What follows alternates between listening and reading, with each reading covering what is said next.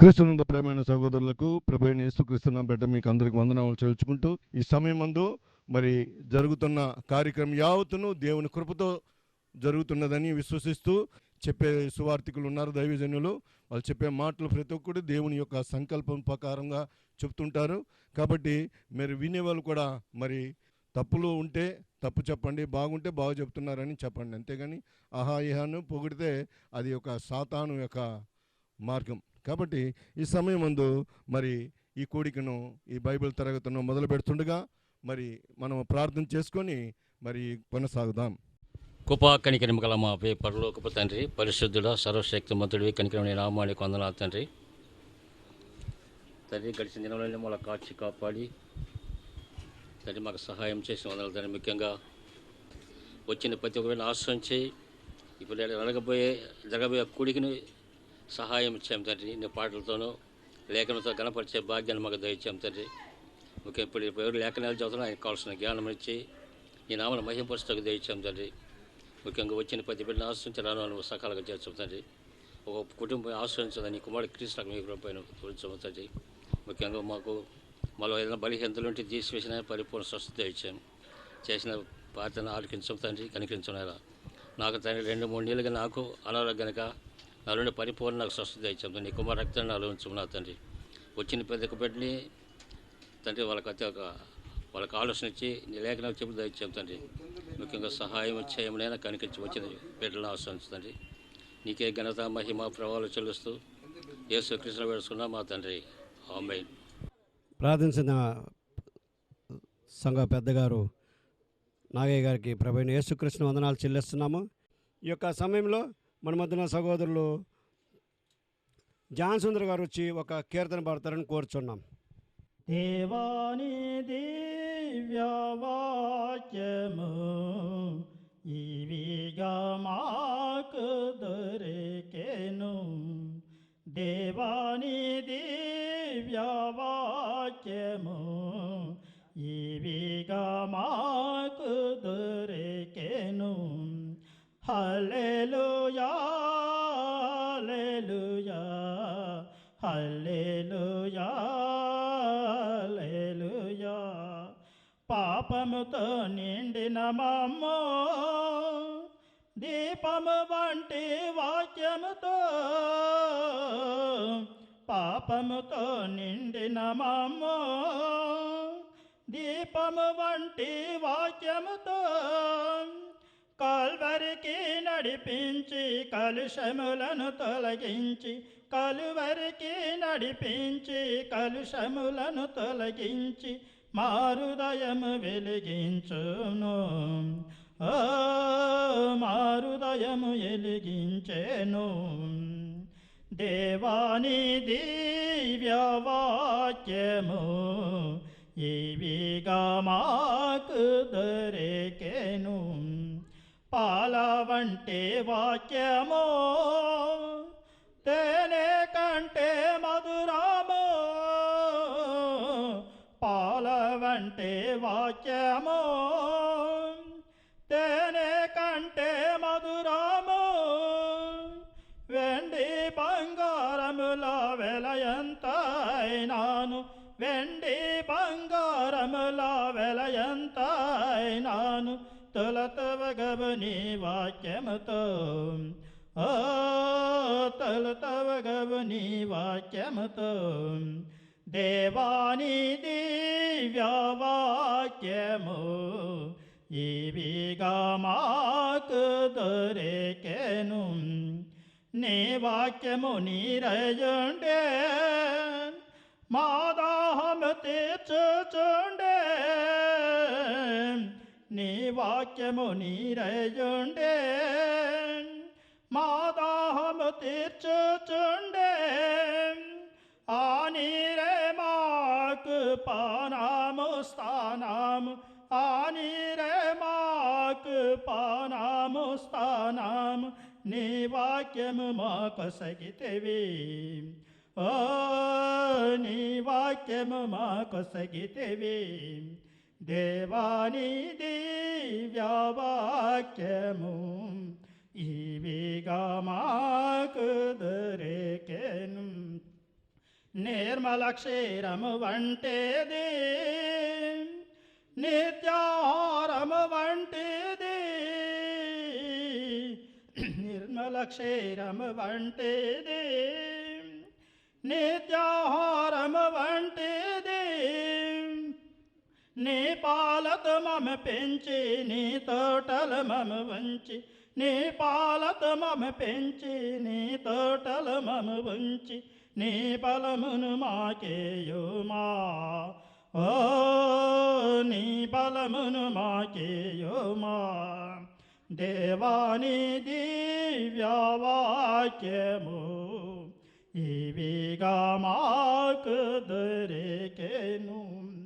సొత్తే అయి మెత్తన చేయో, విత్తనమై ఫలించును. సొత్తే అయి మెత్తన చేయో, విత్తనమై ఫలించును. ఖడ్గము వలదయచు కలుషములను కోయచు, ఖడ్గము వలదయచు కలుషములను కోయచు. నీ మహిమను మాకేయుమా. ఓ నీ మహిమను మాకేయుమా. దేవాని దివ్యవాక్యము ఇవిగా మాకు దొరికెను. అద్దము వలె దిద్దును మమ్ము, అగ్ని అయి కాల్చును చెత్త. అద్దము వలె దిద్దును మమ్ము, అగ్ని అయి కాల్చును చెత్త. నీ వాక్యము వివరించి మాలోటును సవరించి, నీ వాక్యము వివరించి మాలోటును సవరించి, నీ రూపము మాకేయుమా. ఓ నీ రూపము మాకేయుమా. దేవాని దివ్యవాక్యము ఇవిగా మాకు దొరికెను. హల్లెలూయా హల్లెలూయా హల్లెలూయా హల్లెలూయా. తల్మా ప్రసాద్ గారు వచ్చి ఆయన యోహాన్ పత్రిక మాట్లాడుతున్నాడు. తరచుగా మనకి ఒక 7 నెలలుగా మనకు చెప్పబోతున్నారు.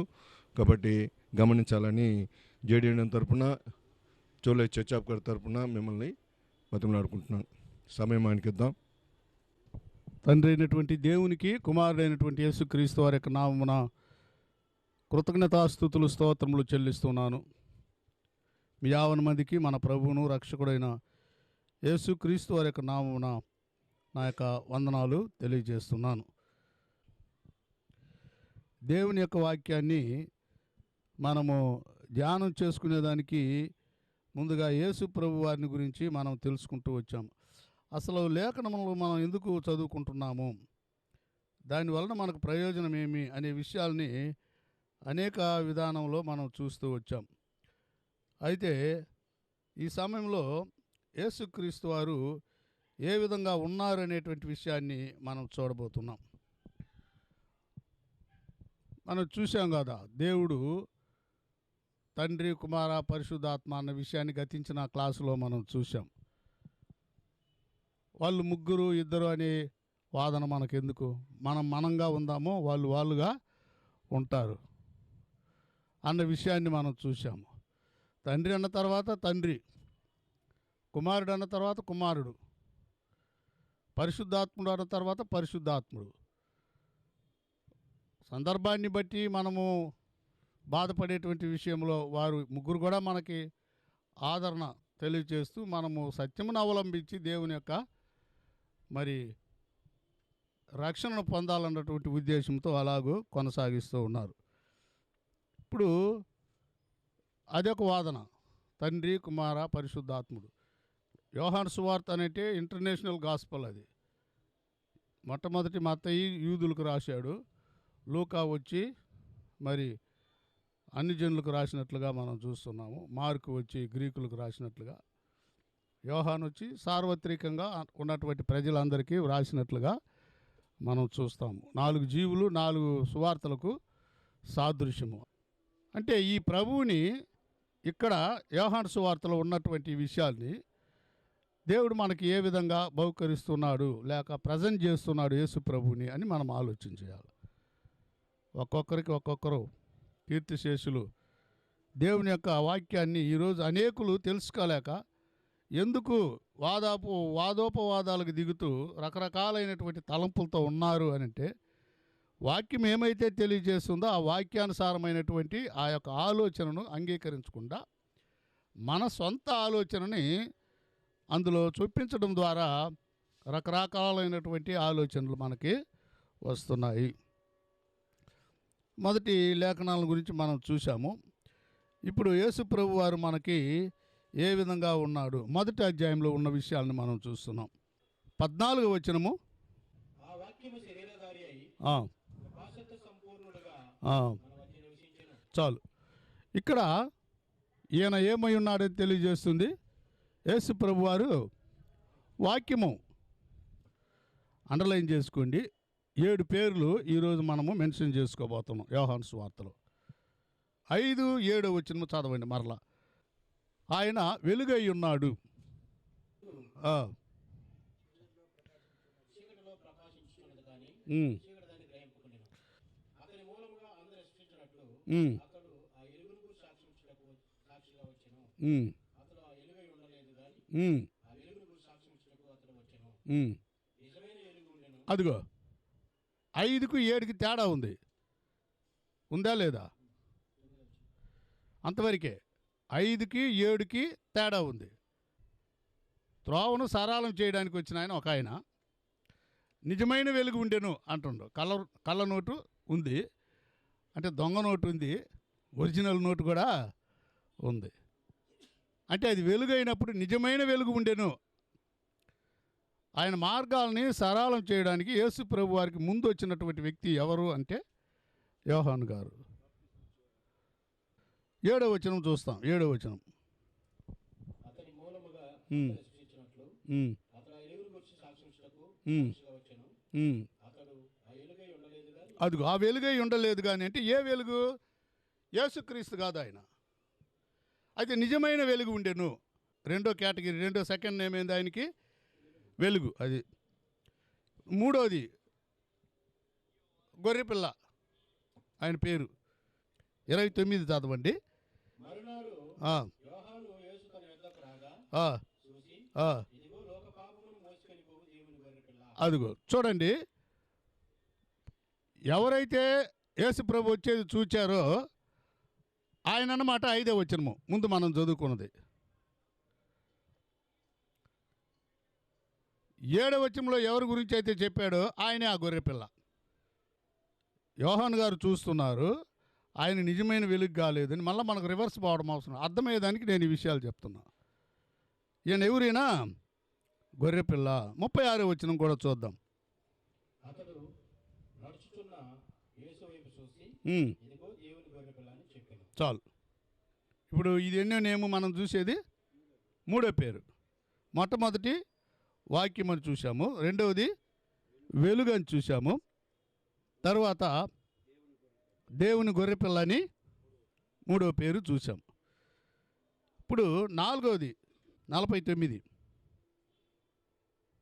నతనీయేలు ఉమ్. బోధకుడా, బోధకుడా. నీవు దేవుని కుమారుడువు, చాలు. ఇశ్రాయేలు రాజు అని అతను ఆయనకు ఉత్తరం ఇచ్చాడు. ఇక్కడేం పేరు? దేవుని కుమారుడు. 4వ నేమ్. మొదటిది వచ్చి వాక్యము, రెండవది వెలుగు, మూడవది గొర్రెపిల్ల, 4వది దేవుని కుమారుడు. 5వది 41వ వచనం చూద్దాం. ఇతడు ఉమ్, మొదట తన సహోదరుడైన సీమోనును చూసి, ఉమ్, మేము మెస్సీయను కనుగొంటిమని అతనితో చెప్పాను. చాలు. ఇక్కడ 5వ పేరు ఏం పేరు? మెస్సియా. 49వ వచనం చదువుతాం ఇప్పుడు. ఈయన ఇశ్రాయేలు రాజు. ఇశ్రాయేలు రాజువు, ఎవరికి రాజు? ఇశ్రాయేలుకు రాజు.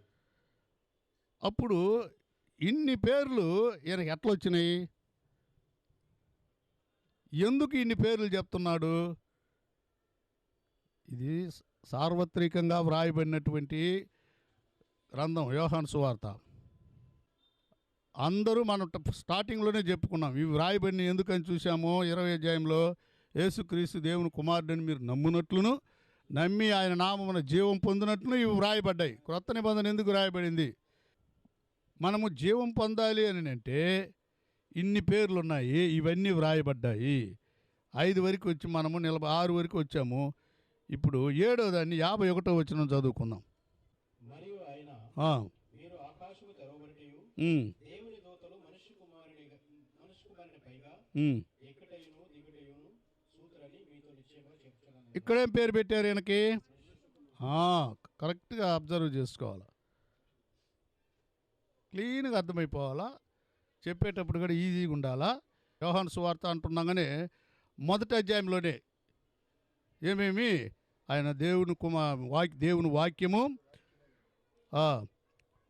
వెలుగు, గొర్రెపిల్ల, ఆమె తమిళ్లో కూడా చెప్తాం, దేవునుடைய వార్తై, తర్వాత ఒలి, దేవాటుకుట్టి, దేవునుடைய కుమారన్, మేసియా, ఇశ్రాయేలిన్ రాజా, మనిషి కుమారుడు. వీటిలో ఇవన్నీ ఉన్నాయి. యేసుక్రీస్తు దేవుని కుమారుడని మీరు నమ్మునట్లు నమ్మి ఆయన నామమున జీవం పొందినట్లు ఇవి వ్రాయబడి ఉన్నది అన్నప్పుడు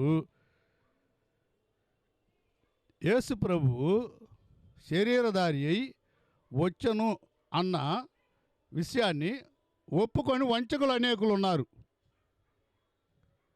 ఎంతమంది? అనేకులు ఉన్నారు. 2వ పత్రిక, యోహాను 2వ పత్రిక 7వ వచనము. యేసుక్రీస్తు శరీరధారి అయి వచ్చినని ఒప్పుకొనని వంచకులు అనేకులు లోకములో బయలుదేరి నిరూపం. సరే అనేకులు ఎవరంట? వంచకులు. యేసుక్రీస్తు శరీరధారి అయి వచ్చినని, ఆయన వచ్చినాడు, శరీరధారి అయి వచ్చాడు అని అంటే శరీరంతో ఎందుకు వచ్చాడు? శరీరం ఉంటేదనే రక్తం కారద్ది. మనం థింక్ చేయాల. శరీరం ఉంటేదనే ఒక బ్లేడ్ తీసుకుని మనం బ్లడ్ టెస్ట్కి పోయినప్పుడు చిన్న సూతితో గుర్తి అట్నే పీల్చుకొని వస్తుంది బ్లడ్. ఎందుకు? శరీరం ఉంటేనే బ్లడ్ వస్తుంది, ఆ రక్తం ద్వారా మనల్ని రక్షించాల. కాబట్టి యేసు ప్రభు శరీరధారి అయి వచ్చాడు అని, యేసు ప్రభు రాలేదు అంటాడు. వాడెవరాడు? వంచకుడు. ఇన్ని రకాలుగా ఎందుకు ఇచ్చాడు ఇక్కడ రాలేదని నువ్వు అనడానికా? దేవుని వాక్యము, వెలుగు, తర్వాత గొర్రెపిల్ల, దేవుని కుమారుడు, తర్వాత ఆయన రాజు, సాక్ష్యాధారాలతో నిరూపిస్తున్నాడు. నతనీయులు అంటున్నాడు, నిజముగా నీవు దేవుని కుమారు, ఇశ్రాయేలు రాజు అని. యోహాను వస్తుండు, ఇదిగో ఏనే కుమారుడు అంటుండు. వాళ్ళు చూపించినప్పుడు ఈయన అన్నప్పుడు నువ్వు ఆయన సాయి చూడాలన్నా లేదా? చూడాలా? రెండోది నీకేం రాసిచ్చాడు? ఇది రాసిచ్చాడు. మనుషులు విట్నెస్ పెట్టాడు, జీవ గ్రంథాన్ని రాసిచ్చాడు. అర్థమైందా? ఇప్పుడు ఈయన శరీరధారిగా రాలేదు అని అంటే అప్పుడు దాని అర్థం ఏంటి? ఆయన్ని అక్సెప్ట్ చేసేది లేదు. ఆయన శరీరధారి రాలేదు అని అంటే కోడి ఉంది, గుడ్డు పెట్టింది, గంప కింద కోడి ఉంది, గుడ్డు పెట్టింది, అది అని అంటాం. కోడిని తీసేస్తే కోడే లేదు, ఇంకా గుడ్డి ఆడవుతుంది. కోడి కనపల్లా, గుడ్డి ఆడ నుంచి వస్తుంది. ఆ విధంగా టెక్నిక్గా యూదులు చాలా తెలివైన వారు అన్నమాట. అర్థమైందా? కాబట్టి ఆయన శరీరధారిగా రాలేదు అని అంటే అప్పుడు ఏం లేదు అన్నట్టు అర్థమో. లోకానికి ఆయన రక్తం గారవలేదు, ప్రజల్ని రక్షించలేదు, టోటల్ క్లోజ్, మొత్తము రక్షణే లేదు. కాబట్టి అలాంటి మనుషుల మధ్య మనం జీవిస్తున్నాము. ఇదిగో 7 విషయాలు తెలియజేశాడు. 7 విషయాలు. యోహాను సువార్త యొక్క అద్భుతమైనటువంటి విషయం ఏంటంటే 7 ఆ యొక్క సూచక్రియలు అందులో ఉన్నాయి. యేసు దేవుని కుమారుడు అని నిరూపించేదానికి. ఎందుకు? మనకు రక్షణ అందులోనే ఉంది. రోమాపత్రిక 10వ అధ్యాయము 9-10 వచనము. అదేమనగా అని ప్రారంభమవుద్ది.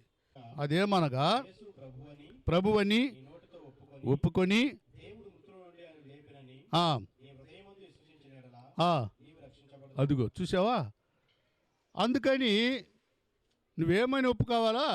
యేసు ప్రభు అని నీ నోటితో ఒప్పుకోవాలి. రెండు విషయాలు నేను చెప్తున్నా, జాగ్రత్తగా మనసులో పెట్టుకోండి. నోటితో ఒప్పుకోవాలా, నోటితో ఒప్పుకోవాలి. హృదయంలో విశ్వసించాలా, నోటితో ఒప్పుకోవాలా. అయితే ఈ వంచకులు ఏమంటున్నారు? అసలు ఆయన రానే రాలేదు అంటుండ్రు టోటల్గా. ఏమనాలి వీళ్ళని? కాబట్టి మనం ఏం చేయాలి అని అంటే, ఆ యేసు ప్రభువుని విశ్వసించి, యేసు ప్రభు దేవుని కుమారుడు అని మన నోటితో ఒప్పుకోవాలా. ఏమని ఒప్పుకోవాలా? దేవుని కుమారుడు అని ఒప్పుకోవాలా. రక్షణ అందులో మనకు ఉంది. అయితే పాపాలు ఒప్పుకుంటాం. పాపాలు ఒప్పుకోవాలన్నా ఏం ఒప్పుకోవాలా? పాపాలు ఒప్పుకునేటువంటి పాలసీ అది యోహాను సువార్త ఓల్డ్ టెస్టిమెంట్ పాలసీ. అది మత్తయి సువార్త 3వ అధ్యాయంలో అనేకులు యోర్దాను నదికి వచ్చి, ఇప్పుడు అది మన సోదరులు అన్నట్టు టూరిస్ట్ ప్లేస్గా మారిపోయింది.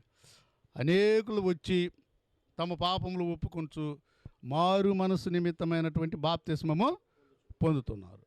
అయితే మనం పొందే బాప్తిస్మం దేని వలన? దేనికి? పాప క్షమాపణ నిమిత్తము. కాబట్టి మనం ఏమని ఒప్పుకోవాలి? పాస్టర్లు ఇద్దరు రాజమండ్రి నుంచి, తర్వాత కొన్ని ఊర్ల నుంచి వచ్చిన పాస్టర్లు, వాళ్ళని అడిగితే పాపాలు ఒప్పుకోవాలా అన్నారు. ఒక రోజుకి, ఒక సెకండ్కి, ఒక రోజుకి ఎన్ని పాపాలు చేస్తాం మనము? అవునా కదా? గుర్తుపెట్టుకుంటామా? మన వల్ల అవుద్దా? ఇప్పుడు మనకి ఏ ఏజ్ వచ్చినప్పుడు మనకి ఇది పాపము, ఇది పుణ్యం అని తెలుస్తుంది? ఒక 11, 12. ఆ విధంగా ఆ యొక్క వయసు వచ్చేటప్పటికి ఏం చేయాలా? ఆ మనస్సు మనము వచ్చేస్తుంది, ఆటోమేటిక్గా వస్తుంది. ఆ పాపం యొక్క తలంపు వస్తుంది. అర్థమైందా? అయితే మరి ఆ విధంగా వచ్చినప్పుడు ఒక రోజుకి కనీసం పర్ డే 24 అవర్స్ అయినప్పుడు 24 పాపాలు లెక్కేసుకున్నా 30 రోజులకి ఏమైంది?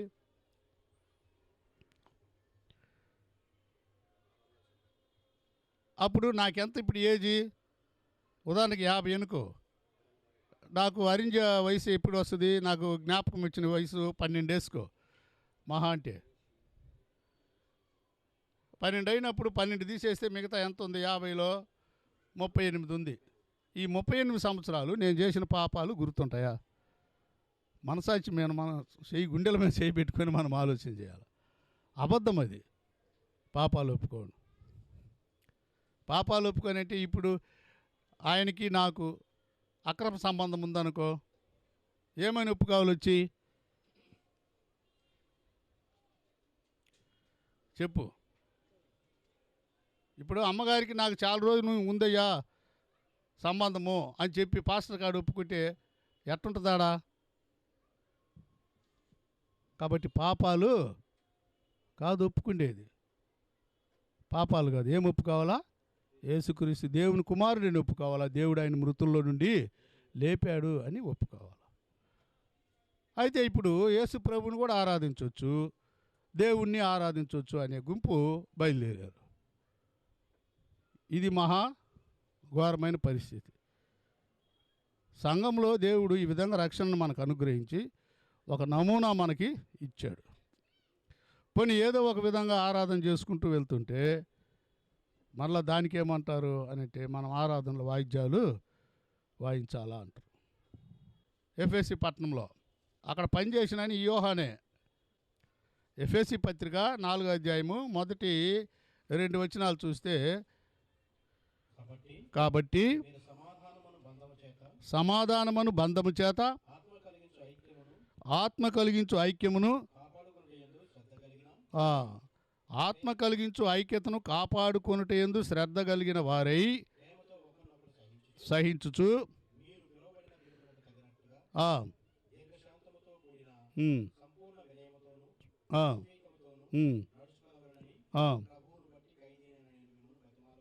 చూడండి, ప్రభువుని బట్టి ఖైదీనైన నేను మిమ్ములను బ్రతిమాలుకొనుచున్నాను. ఎందుకు? ఆత్మ సంబంధమైన ఐక్యతను కాపాడుకునేటందు శ్రద్ధ కలిగి ఉండాలి. ఈ ఐక్యతను కాపాడుకుంటూ శ్రద్ధ కలిగి ఉండాలంటే నువ్వు ఒక మాట చెప్తే నేనేం చెప్పాలా? అదే మాట చెప్పాలి. చెప్తారు కదా, మనకు సంఘం పాలసీ ఉంది కదా, ఏక మనస్సు, ఏకభావము, ఏకతాత్పర్యము.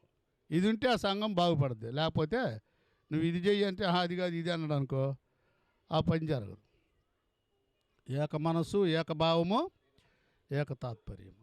అదే విధముగా ఆత్మ కలిగించే ఐక్యతను శ్రద్ధ కలిగిన వారముగా మనము ఉండాలి అన్నమాట. ఆ విధంగా ఉండాలి అని అంటే ఏం చేయాలా? ఒకే మనసు మనకి ఉండాలి. ఏక మనసు, ఏకభావం, తాత్పర్యము. అయితే ఈ ప్రభువుని ఇన్ని పేర్లు చూసాం కదా, ఈయనను మనకి ఏమని విశ్వసించమని అపోస్తులు మనకు తెలియజేశారు?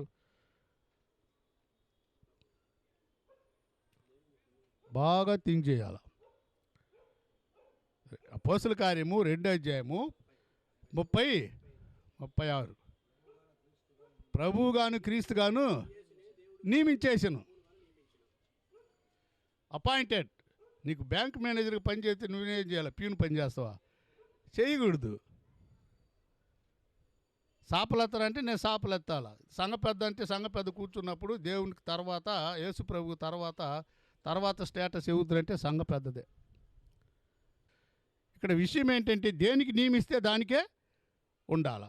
ఆయన ఏ విధంగా నియమించిండు? ప్రభువుగాను క్రీస్తుగాను నియమించిండు. ప్రభు అంటే దాని అర్థం ఏంటి? 4వ వచనం నుండి చదవండి. ఎఫెసీ పత్రికే. శరీరం ఒక్కటే, శరీరం ఒక్కటే, ఆత్మీయ ఒక్కడే. ఆ, ఆ ప్రకారమే ఉమ్, మీ పిలుపు విషయమైన ఉమ్, ఒక్కటే నిరీక్షణ కలిగినకు పిలువబడతాయి. ఉమ్, ప్రభు ఒక్కడే, ఉమ్, విశ్వాసం ఒక్కటే, ఉమ్, బాప్తిస్మం ఒక్కటే, ఉమ్, అందరికీ తండ్రైన దేవుడు ఒక్కడే. ఉమ్, ఆయన ఉమ్. అందరికీ పైగా ఇప్పుడు ఎంతమంది ఉన్నారు ఇక్కడ? దేవుడు ఒక్కడే. ఇందాకేం చూసాం? 7 పేర్లు చూసాం యోహాను సువార్తలో. అర్థమైంది. ఆ ఎఫెసీ పత్రిక రాస్తూ ఆ ఎఫెసీ పత్రికలో ఒక దాన్ని ఏమంటారంటే ఒక పాలసీ ఇస్తున్నా అనమాట. టర్మ్స్ అండ్ కండిషన్స్ అంటారు. విధిమురైగల్ అని మనం తమిళ్లో చూసుకోవచ్చు. దేవుడు ఒక్కడే. రెండోది ప్రభువు ఒక్కడే. నెంబర్ 1 దేవుడు, రెండోది ప్రభువు, మూడోది బాడీ శరీరము, 4వది స్పిరిట్, 5వది విశ్వాసము, 6వది బాప్తిస్మము, 7వది నిరీక్షణ. ఉన్నాయా? వరుసగా ఉన్నాయా అందులో? చదవండి, వరుసగా చదవండి. ఒక్కడే. మళ్ళా తీసుకొచ్చి ఆయన మళ్ళా పైన పెడుతుండు. ఇప్పుడు నేను చెప్తాను, మీరు కరెక్ట్గా దాన్ని రాసుకోండి. దేవుడు ఒక్కడే. ఈ దేవుడు ఆరాధనకు పాత్రుడు. ఈ దేవుడిని ఏం చేయాలి? మనము ఆరాధించాలి. దేవుడు నేర్చుకొని ప్రక్కన ఇక్కడ రాదును, కానీ సమయం లేదు మనకి. దేవుడు ఉండు కాబట్టి ఆయన దేనికి, క్రీస్తుని దేనికి నియమించాడు? ఆయన అధికారం. రెండోది ప్రభు అని వేసుకొని ఆయన దేనికంటే ఆయనకు సంబంధించింది అధికారం. అధికారం ఎవరిది? సంఘంలో ప్రభువుది. ఆ అధికారాన్ని ఇచ్చింది ఎవరు? దేవుడు. దేవుడుదా సుపీరియర్ అన్నమాట. నెంబర్ 1 దేవుడు, నెంబర్ 2 ప్రభువు, నెంబర్ 3 శరీరము, నెంబర్ 4 ఆత్మ. అక్కడ కరెక్ట్ వేరే విధంగా ఉంటుందిలే, నేను రాసుకున్నది నేను చెప్తున్నా. ఆత్మ ఒకటి, విశ్వాసం ఒకటి, బాప్తిస్మం ఒకటి, నిరీక్షణ ఒకటి. ఈ 7 ఉంటాయి అన్నమాట. 7లో దేవుడేమో ఆరాధనకి, ప్రభు ఏమో అధికారానికి, బాడీ వచ్చి అది ఆర్గనైజేషన్. ఇంగ్లీష్లో రాసుకునే వాళ్ళు రాసుకోవచ్చు. God is to worship, Lord is to authority, body is the organisation, spirit is to life. Spirit దేనికి? లైఫ్, జీవానికి. విశ్వాసము దేనికి? మన బోధ, టీచింగ్. బోధించే బోధ కానీ వినేది కానీ ఏ విధంగా ఉండాలి? ఒకే విధంగా ఉండాలి. విశ్వాసం ఒక్కసారి ఇచ్చిన బోధ దాని మీద స్థిరంగా ఉండాలి, స్టడీగా. ఈ బాప్తిస్మము ఒకటి. ఈ బాప్తిస్మం అనేది ప్రాక్టీస్ అన్నమాట. సంఘంలో పెళ్ళి అయిపోయింది, పిల్లలు లేకపోతే బాగుంటుందా? ఎంత వేదనగా ఉంటుందో. సంఘం ఉంది, బిడ్డలు అంటే బిడ్డలు, పునర్జన్మ సంబంధము అంటే స్నానం లేకపోతే బిడ్డలు కనాల. సంఘం ఏం చేయాలి? బిడ్డల్ని కనాల. అదే బాప్తిస్మం. అదనమాట ప్రాక్టీస్. మన ప్రాక్టీస్ అంతా దేనికి? బిడ్డల్ని బాప్తిసం ఇచ్చే దాంట్లోనే. ఎంతమంది ఉన్నారో ఇంకా బాప్తిసం పొందకుండా? బాప్తిస్మం పొందాల. తర్వాత బాప్తిస్మము, నిరీక్షణ. ఇవన్నీ మనం దేనికోసం చేస్తున్నాము అనేది అన్నమాట నిరీక్షణ. ఇప్పుడు అర్థమైందా? 7 విషయాలు అక్కడ చూసాము, 7 విషయాలు ఇక్కడ చూసాము. ఇప్పుడు 4వ అధ్యాయంలో ఈ విధంగా చూస్తున్నాము ఆత్మ కలిగించే ఐక్యతని. 3వ అధ్యాయంలో అది వేరే విషయం, దేవుని యొక్క సంకల్పం చూస్తాం. సంఘం ద్వారా ఏం పనులు జరగాలనేది 3వ అధ్యాయంలో సంకల్పం చూస్తాం. 4లో 5వ అధ్యాయంకి వచ్చేటప్పుడు ఇక్కడ డాష్ అవుతుంది అన్నమాట విషయం. 5వ అధ్యాయం 19వ వచనం ఒకసారి చదవండి. 5వ అధ్యాయము 19వ వచనము. ఒకరినొకడు ఉమ్. కీర్తనలతోనూ కీర్తనలతోనూ సంగీతములతోనూ సంగీతములతోనూ సంబంధమైన పాటలతోనూ హెచ్చరించుచు హెచ్చరించుచు ఈ హృదయములలో మీ హృదయముల్లో గూర్చి పాడుచు ప్రభువుని గురించి పాడుచు కీర్తించుచు. సంగీతములతోనూ ఆత్మ సంబంధమైన పాటలతోనూ ఒకరినొకడు హెచ్చరించుడి అని చెప్పాము. ఇప్పుడు మనం చూసామే, దేవుడు, ప్రభువు, శరీరము, ఆత్మ, విశ్వాసము, బాప్తిస్మము, నిరీక్షణ, ఇవన్నీ చూసాం కదా. ఇప్పుడు 5వ అధ్యాయం 19వ వచనంకి వచ్చేటప్పటికి ఇక్కడ ఎవరు ఈడ రూలింగ్ పార్టీ? 5వ అధ్యాయం 19వ వచనంలో ఆత్మ. ఎవరు? ఆత్మ అన్నమాట. ఆత్మ సంబంధమైన పాటలతోనూ కీర్తనలతోనూ సంగీతములతోనూ. ఈ క్రీస్తు సంఘపోలు సంగీతము వాయిద్దరు. క్రీస్తు సంఘపోలు ఏం చేయరు? సంగీతము వాయించరు. ఎందుకు వాయరు? చెప్పిండ్రు కదా బైబిల్లో. సింపుల్ విషయం అన్నమాట. మేము వాయము, నువ్వు అన్నట్టే వాయిద్యాలే అనుకుందాం. అక్కడేమని చెప్పబడి ఉంది? కీర్తనలతోనూ సంగీతములతోనూ ఒకరినొకడు ఏం చేయాలంట? హెచ్చరించాలంట. నువ్వు అన్నట్టు అది సంగీతమే అనుకో, ఒక డ్రమ్మో కంజరో ఏదో ఒకటి ఉందనుకో, ఇదే అనుకో, ఇదే అనుకో. ఇది ఎట్లా హెచ్చరిస్తుంది మనిషిని? నువ్వు చెప్పు, ఎట్లా హెచ్చరిస్తుంది అది? ఆత్మ సంబంధమైన కీర్తనలతోనూ సంగీతములతోనూ అన్నప్పుడు ఆ సంగీతం అనేది నువ్వు ఇన్స్ట్రుమెంట్ మ్యూజిక్ అని నువ్వు అనుకున్నప్పుడు ఇక్కడ ఏం చేయాలి? ప్రక్క వచనంలో ఏముంది? ఒకరినొకడు హెచ్చరించాలా అంటుంది.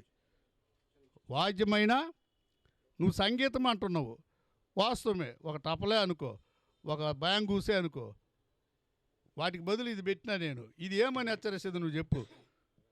హెచ్చరిస్తుంది అది ఏం చెప్పదు, నీకేం బోధించదు ఇది.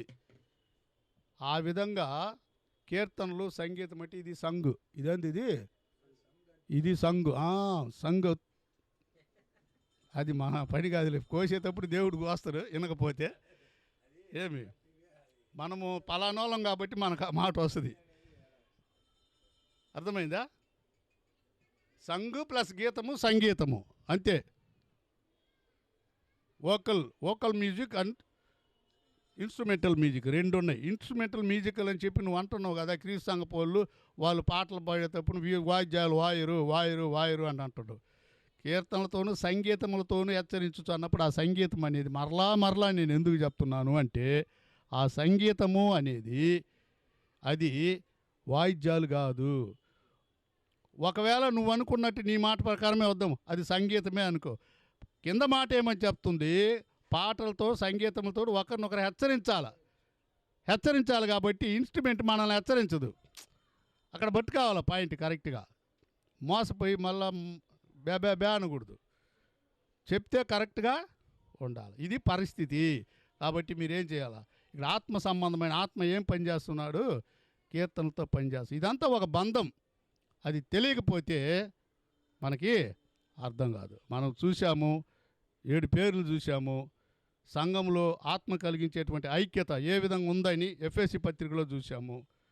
ఆరాధన విధానంలో ఎవరికి ఏ స్థానం ఇవ్వాలనో వాళ్ళకి ఆ స్థానం ఇవ్వాలా. ప్రభువైన యేసుక్రీస్తు వారు ఆ సంఘంలో అధికారి. అంత మాత్రాన అంతా నాదే రాజ్యం అంటుండ ఆయన. లేదు, నా తండ్రి ఏం చెబితే అదే. ఇక్కడి నుంచి తండ్రిని చూపిస్తాడు, తండ్రి ఏమో కుమారుని చూపిస్తాడు కిందికి. మన ఇద్దరం ఏం చేయాలి? మనం అందరము కుమారుని ద్వారా తండ్రిని చూపించాలి. కొంతమంది యేసు ప్రభుని ఆరాధించాలంటే మరి తండ్రి ఉంది కదా, ఆయన ఏమైపోవాలా? కుమారుడైనటువంటి యేసుక్రీస్తు ద్వారా తండ్రి అయిన దేవుణ్ణి ఆరాధించాలి. అప్పటి పట్టవర్గలు పిదా నా செய்கிறாரு విరుముகிறாర్. ఆ విధమైన వాళ్ళని తండ్రి కోరుచున్నాడు. ఆత్మతోనూ సత్యంతోనూ ఆరాధించే వారిని ఏం చేస్తున్నాడు? తండ్రి కోరుతున్నాడని యేసు ప్రభు చెబుతాడు. నన్ను ఆరాధించండి అని యేసు ప్రభు ఏడా చెప్పాల. అన్యాయంగా బోధిస్తున్నాడు. 10 రూపాయలు ఉంటే వాడే డైరెక్టర్, వాడు చెప్పిందే మాట. ఎంత అన్నా ఉన్నీగాక సత్యానికి విరుద్ధంగా చెప్తే దాన్ని మాత్రం ఒప్పుకునేదే ఉండదు అన్నట్టుగా ఏం చేయాలా? స్థిరంగా నిలబడాలా. పెద్దలు స్థాపించిన సంఘం ఇది. సంఘ పెద్దలు జానయ్య గారు, డేవిడయ్య గారు, దాన్ని ఏం చేయాలి? మనము పోగొట్టకుండా పట్టకు రావాలి. కాబట్టి మనం వచ్చి దేవుని బిడ్డలం కాబట్టి వాడికి జేడీఏ అనకూడదు. సంఘస్థులు అందరికీ క్రీస్తు సంఘములన్నీ మీకు వందనములు చెప్పుచున్నవి. ఈ యొక్క జేడీఏ మినిస్ట్రీస్ ద్వారా ఇలాంటి దేవుని వాక్యాన్ని వినడానికి, ఎందుకంటే ఇది లైన్లో వెళ్తుంది కాబట్టి మనుషులు ఉన్నా ఒకటే లేకపోయినా ఒకటే, సత్యమును మనము వినాలి. దీని మీద ఏమైనా కామెంట్స్ వస్తే నేను చూసుకుంటా. గ్రంథాలను పరిశీలన చేద్దాం, అందరం కలిసి మాట్లాడదాం. ఆ ఒక్క విషయమైన బోధ ఎందుకు పోరాడదాము. యోధా పత్రిక 1వ అధ్యాయము ఉండేది ఒక అధ్యాయంలే, 3వ వచనంలో ఉంటుంది. చదవండి ఆ మాట, చదివి మనం ముగించుకుందాం. ప్రియులారా, అదిగో మనకు అందరికీ కలిగేడు రక్షణను గూర్చి మీకు వ్రాయవలనని విశేష ఆసక్తి గలవాడనై ప్రయత్నపడుచుండగా, అదిగో పరిశుద్ధులకు ఒక్కసారి అప్పగింపబడిన బోధ నిమిత్తము, అదిగో ఆ పోరాటం మనకు ఉంటుంది. ఏముంటుంది?